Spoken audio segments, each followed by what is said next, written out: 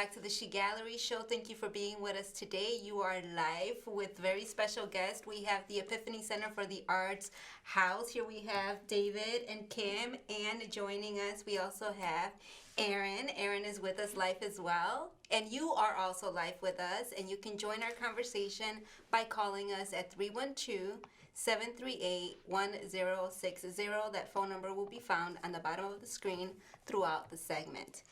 So, thank you guys so much for being with us today. We're so excited for the Epiphany Center for the Arts and our partnership. And I'm just going to have you guys all introduce yourselves, your backgrounds, and your involvement with the Epiphany Center. Great. I'm Kimberly Rachal. I am the co-founder, along with my husband David Chase, of Epiphany Center for the Arts. We are located in the West Loop of Chicago. And let's see, my background is varied, but I do have a long history with Epiphany Center for the Arts in terms of design, and currently as the event coordinator. Beautiful. And David? David Chase, as Kimberly Rachal mentioned, husband and wife. We were actually married at the church October 5th of 1996. And Kimberly will give you a little bit more about that background. I'm a real estate developer, and we had a unique opportunity presented to us to acquire the former Church of the Epiphany, and we're thrilled to tell you all about it. Yes, the People's Church. We'll hear more about that shortly. Aaron, would you like to introduce yourself and let us know your role?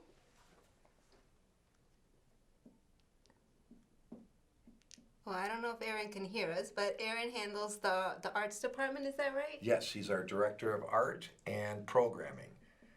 Aaron, can you hear us? We cannot. Okay. Oh, okay. And Aaron comes to us after numerous years in the art industry as a curator, buying and selling art, but really he found a passion in working directly with the artists. He's an artist himself, and helping artists license and protect their work over the years. And so Aaron, we're very, very blessed to have him join us as one of the executives on our team. Yes, and we're so lucky to have all of you here with us today. Mike Jeffers is also part of the team, and he couldn't be with us today, but he also works with the events section. So as David mentioned, him and Kim were married at the church October 5th, 1996.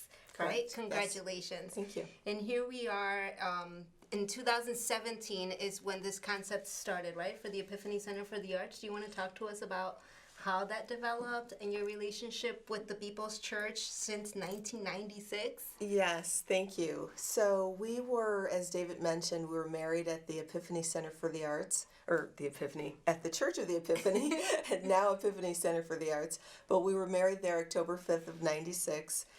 We actually live very near the church, and so we saw the congregation of the church dwindle, and David being a real estate developer, I had this dread that this property may be turned into condominiums or just being put to a use that would make it a private property instead of a property that it had been since 1885 when it was built, which is a property that was very much a part of the community and also communities throughout Chicago. So we expressed an interest in purchasing it and really turning it into something that would keep it as part of the community bit by bit. That finally became what we've done, Epiphany Center for the Arts.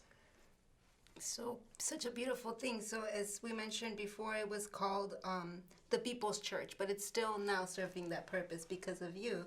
And now this just started, or the Epiphany Center had a delay in opening up, right, due to COVID, but now Absolutely. It's up and running. Mm-hmm. And our involvement, S.H.E Gallery's involvement with the Epiphany Center for the Arts was also love and passion for the community. So as many of you who've kept up with the seasons may remember, I had Joan Schenk on our show many seasons ago, and I had the opportunity to work with them in Chicago Action Sports, and it was through skateboarding your son Yeah. that we linked up. So this wow. passion for freedom and for the youth and for being able to give back is how we started this conversation.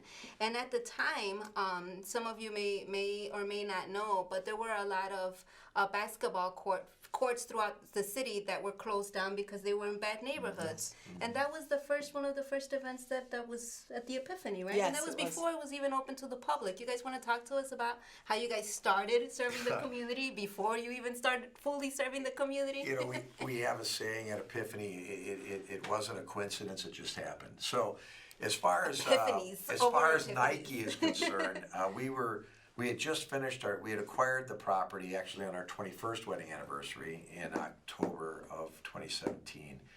And the zoning and licensing process had just wound down, and there was an announcement in the paper that the former Church of the Epiphany would be redeveloped into its current use. And one of the people from Nike picked up on that, called our zoning attorney, Bernie Citron, and asked him if we might be interested in working with Nike. And Bernie called me and said, hey, Nike wants to use the space. And within a very short period of time, the interior, before construction started, the Epiphany, what is now Epiphany Hall, the main sanctuary, was converted to a full-size basketball court. Nike took much care in their design to protect all of the historic elements, but ultimately they served over 1,400 kids from throughout Chicago's impoverished neighborhoods whose basketball courts, as you mentioned, had been closed. Right. And in fact, part of the interior design, the steel mesh that protected the stained glass from a basketball going through them, mimicked the design of the chain link fences around many of those basketball courts around the city. So over about an 8-week period, 1,400 kids came and were taught both basketball and life lessons. And yes, you're right. That was the first large outreach we did, and right immediately thereafter And we started going to work. Scottie Pippen was there for Oh, yeah. opening day. It was Yeah. fantastic. That was great. So immediately thereafter we went to work. Yep. Beautiful. Soul Chicago. And everybody that I've talked to about the Epiphany Center, they're like, you get so excited. You act like it's yours. I'm like, but it is. It's part of the community. It is, and, yes. And that's exactly what the Epiphany Center has done. And speaking with Kim, and she was mentioning some of the earlier plans for this development or for this purchase, was possibly a hotel or something like that, right? Well, Right. when we were just trying to figure out what we to could do? do, but the community parts were Overshadow, yeah. always part of that, though, as well. And it's so your we were thinking neighborhood. coffee shop and yoga studio and And now it's all that. art gallery Right, space, right. and now we have all of that. Yes. Yes. Exactly. So what exactly is in the Epiphany Center for the Arts right now? So S.H.E Gallery is one of the partnerships, but you're also partnering up with other nonprofits. Mm-hmm. What else has been going on at the Epiphany Center that was Well- not there before for the community that other neighborhoods have been able to come into? Well, our focus at the Epiphany Center for the Arts is again for the good of art, entertainment, and events. So last fall, for a short period of time, 6 weeks, we launched our music series in the sanctuary. It's one of our 4 live music venues at Epiphany. I ran for about 6 weeks, and then this past March we opened up again.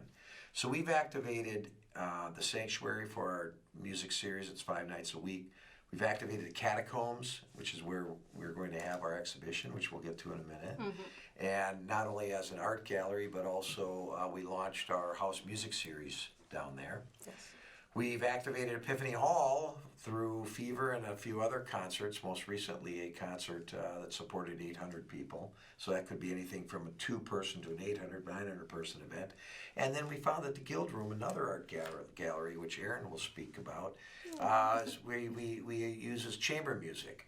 And of course, supporting all of that is our visual arts program. Now, is there a way for us to connect with Aaron? No. Aaron, can you hear us? Unfortunately, he just sent a Can message. we give him sign language? There's no Aaron. audio. Art program.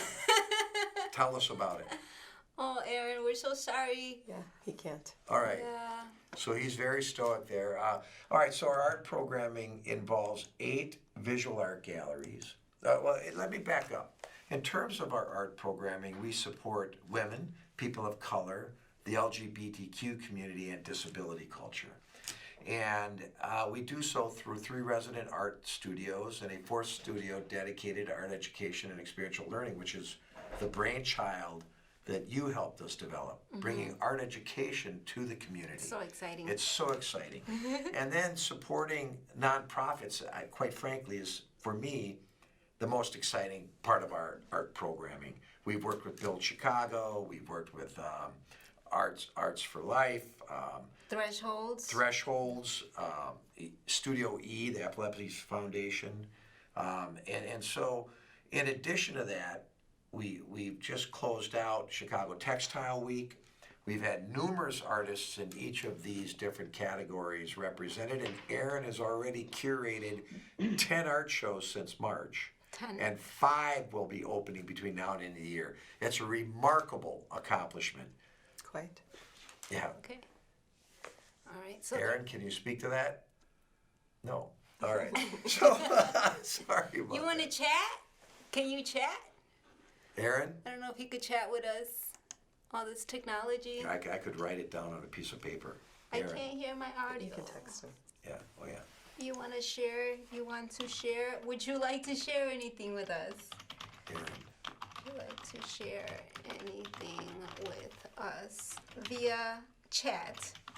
Technology. Thank you, audience, for being with us and suffering through this technology issues with us. But hey, that's all part of what we're all getting used to with COVID. With this post-COVID, normally we would not be able to have multiple guests, so we're very happy that Kim was able to join in. So Kim, why don't you talk to us about your role with the events and how you got, well, you've been involved since 1996, and you actually kept a relationship with the people that were there before the Epiphany Center. Do you want to talk to us a little bit about that?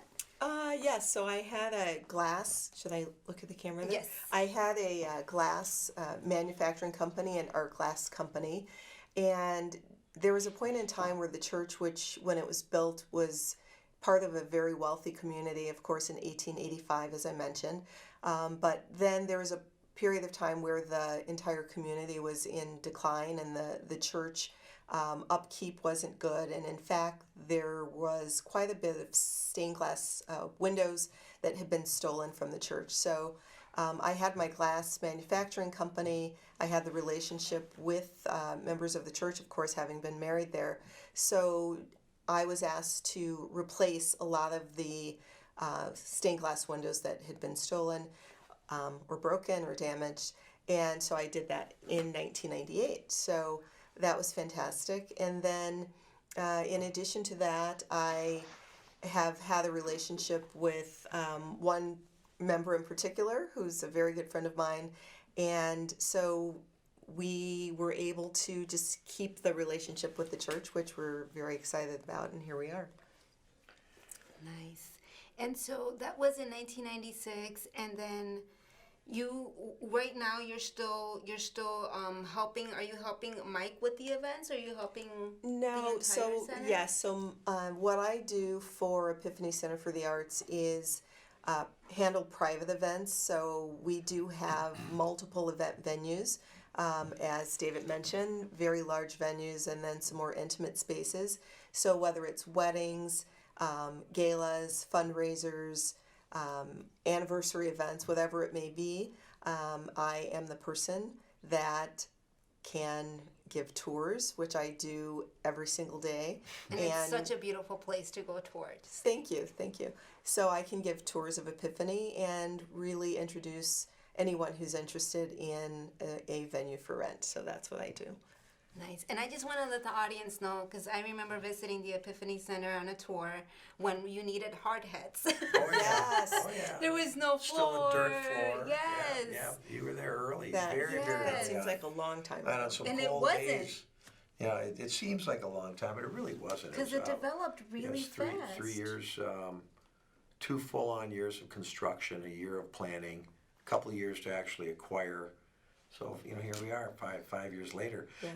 Aaron told me to give him the cue and he could speak. So, Aaron, that's the cue. Aaron. Hi, guys. Oh, we could Hi. hear you. Yay. Thanks for having me. Sorry, we're having some technical It's okay. We could hear difficulties you. We're here. so glad you can speak. I'm able to hear a little bit now, though it's pretty faint. So I take this as my cue to introduce myself. My name is Aaron Baker. I'm the Director of Art and Programming at Epiphany, and I oversee all of our art exhibitions and other forms of art programming and events that are related to art at Epiphany. We have 8 different galleries located throughout Epiphany, which is 42,000 square feet. Our campus is very big, so we have a lot of galleries that are all very different from each other. They all have their own character. And by the end of this year, we will have done 15 exhibitions, and then probably 5 or 6 different art events, including gallery talks and panel discussions like the one we'll be doing with the artists from Family Resemblance. Yeah, so that's a little bit about my role and the art programming at Epiphany. Excellent. Thank you, Aaron, and thank you for introducing our panel discussion. So yes, Family Resemblance, the evolution of Chicago-style graffiti. Trickster, who's one of the lead co-curators, who many Chicago graffiti writers know that is like the developer of Chicago-style graffiti. So we praise Trickster very much and are very grateful that he's not only helping S.H.E Gallery as a member, but also a historian for all of Chicago and Chicago graffiti. And he is leading this panel along with 4 other writers who you've met before. So all of you who have been keeping up with our segments, we have now introduced every single writer that we will be introducing at the Epiphany Center for the Arts. All right. For Family Resemblance, the evolution of Chicago-style graffiti. So we encourage you to visit our website at sharinghisenergygallery.net and visit Can TV's section so you can take a look at all of the interviews that we have had in the past. And there you can also link directly to the Epiphany Center for the Arts as one of our partnerships. So as Aaron mentioned, we will have our first panel discussion there October 19th. That is a Tuesday at 6 p.m. in the Sanctuary. And that will be led by aside from the writers, the moderator will be Tiso, who has also been a previous guest of ours and an educator. And on the second panel discussion, we plan for the winter, and then the opening of the exhibit will be in conjunction with Chicago's birthday on March 4th, 2022, and leading up to another event later in April until the closing reception of May. And that's just a great celebration for the community. We're very, very excited about, as David mentioned, bringing in those programs of sharing history and really offering this to everybody, not only certain people that can attend to a university. This is welcoming everybody. And that's where I was going with this, that when I was studying business for the arts, everybody kept trying to get me to say, who is your audience? And they wanted S.H.E Gallery to be just for an audience. And I had a really hard time with that when they would say, who is your audience? And I said, well, everybody. Right. Everybody's the audience. Right. And they didn't like that. None of the teachers liked that. They wanted you to pick something. No, you're all over the place. And I said, but I can't change that because it really is for everybody. And I feel like the Epiphany Center for the Arts welcomes that. And it's the only institution, the only place that I know of that does that. Well, thank you. And thank it's such a beautiful, it is. I mean, I can't think of any other place here in Chicago or anywhere that does that. So it is amazing. Well, congratulations to you guys. Thank you. And we your position with the people who, your teachers, saying that you were interested in reaching out to everybody, that was very authentic. Thank you. And authenticity, truth comes out through authenticity. And our mission is to deliver an artistic cultural experience to every patron crossing our threshold with the hope that they will be inspired to realize their own epiphany. And we're bringing Chicago together for the good of art, entertainment, and events. And that means all of Chicago. Ideally, all 77 communities and representatives from every community of the city, every walk of life, men, women, gay, straight, black, white, doesn't matter. Epiphany's doors remain open as the People's Church. And it really does. It carries such a beautiful energy. And why don't we talk a little bit about the architecture and the history for the Epiphany Center for the Arts? I know we've mentioned that that it was considered the People's Church, but why don't we talk about the architecture and the Richard Treehouse Award? Yes. Oh, we can announce that now. We can announce that. Would you like to do that? No, go ahead. All right. Well, Epiphany was built in 1885. Burling and Whitehouse were the architects. It is now on the National Register of Historic Places. It's also a city landmark, and as such, it's protected.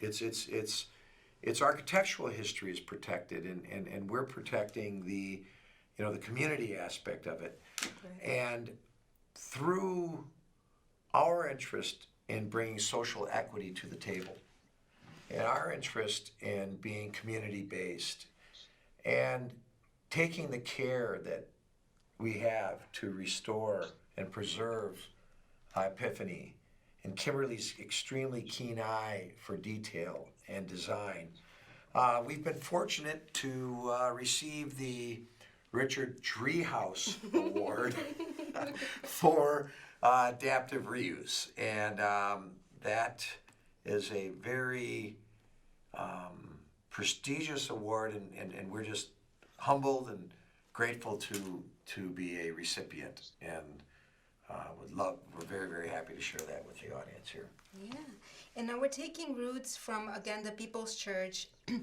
And again, this was before the Epiphany, and it was a congregation, right, that embraced everybody, as we mentioned, and they also embraced the Black Panthers. You want to talk to us a little bit about the activism that with the Black Panthers and their involvement with the Epiphany Center for the Arts before it was the Epiphany? Well, yes. So actually, the whole name, the People's Church, that is the period of time in which the Black Panthers actually were allowed to have their. It's through the history that we've been told they had their weekly meetings at Epiphany, which then was the Church of the Epiphany. So the People's Church was what the Black Panther members and followers referred to as the church at that time. And of course, Fred Hampton is the leader of the Black Panthers, and his one of the other Panther members was murdered really just blocks away from what was then the Church of the Epiphany, or known as the People's Church. And then the memorial service for Fred Hampton was held at the church as well. So there's a, just in terms of that, the fact that the church allowed the Black Panther members to host their weekly meetings there, to show their films there, to have rallies there, that just shows the community involvement with the church, or just that the church was always there for the community, no matter the community. And so I think that's really important. In addition to that, the part of what is now Epiphany Center for the Arts, our cafe and bar area, which is open to the public, is in what was formerly the Cathedral Shelter, which was a shelter for, I'll say, wayward men. So it was a men's shelter. And then there's also a nursery school, a building that was built in 1953, and that building was a community nursery school.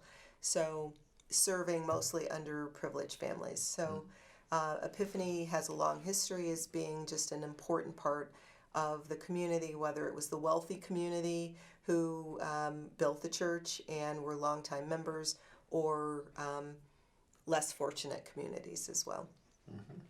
Yeah, you guys are carrying that on, like really carrying that on. Yes, absolutely. It's a big responsibility. Absolutely, yes. You guys are And doing such a great job. It's Thank fun, you. Thank know. you. Thank you very much. We are having a very, very good time with it. Have an amazing team.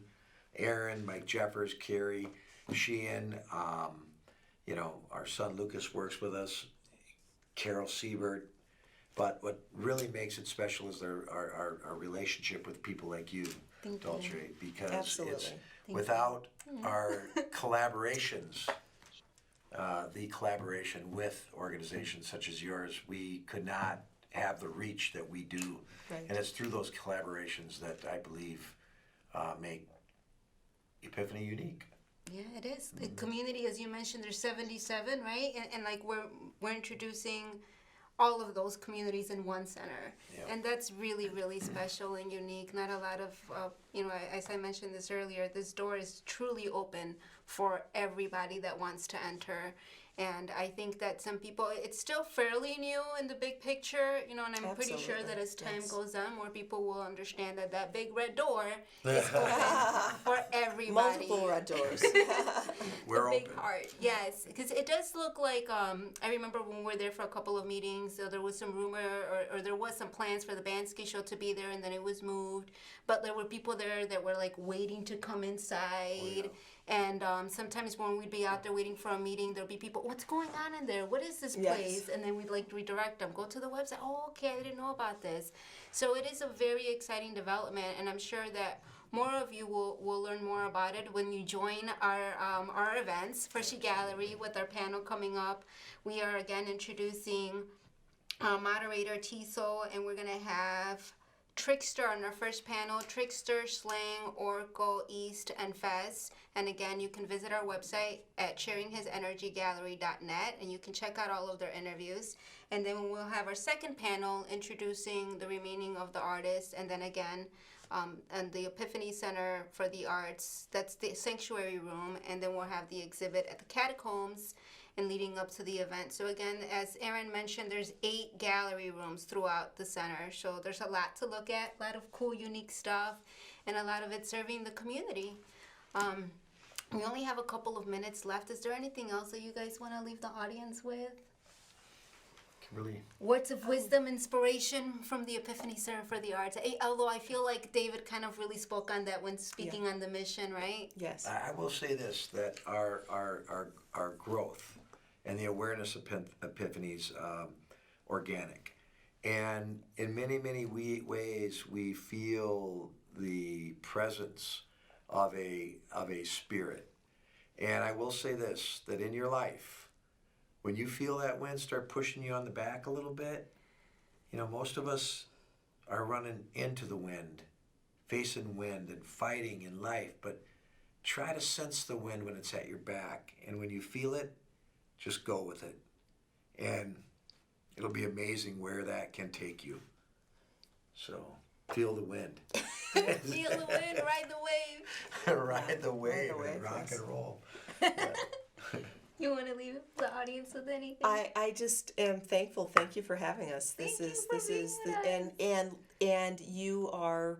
I love your enthusiasm for not just what we're doing at Epiphany, but for the arts community. Period. And you're wonderful. So thank you for appreciating what we're doing, and we are, we're in it together. So Family Yes. resemblance. And that's where I was going with this. The title of the exhibition is so fitting to the Epiphany Center, and we are sharing his energy gallery. So I know when we first started having these conversations, I'm like, oh, we're also 3 years like-minded. So I get the wind and the waves. Yes, All right. yes. And it's all from love, it's all from heart, and only for the love of the people. So thank you, Aaron. Thank you guys Thank you, all for Aaron. being with us today. Thank you, This does everybody. end the season, and we will see you guys again next season, and hopefully in a couple of weeks at the Epiphany Center for the Arts. Thank you. Bye. All right.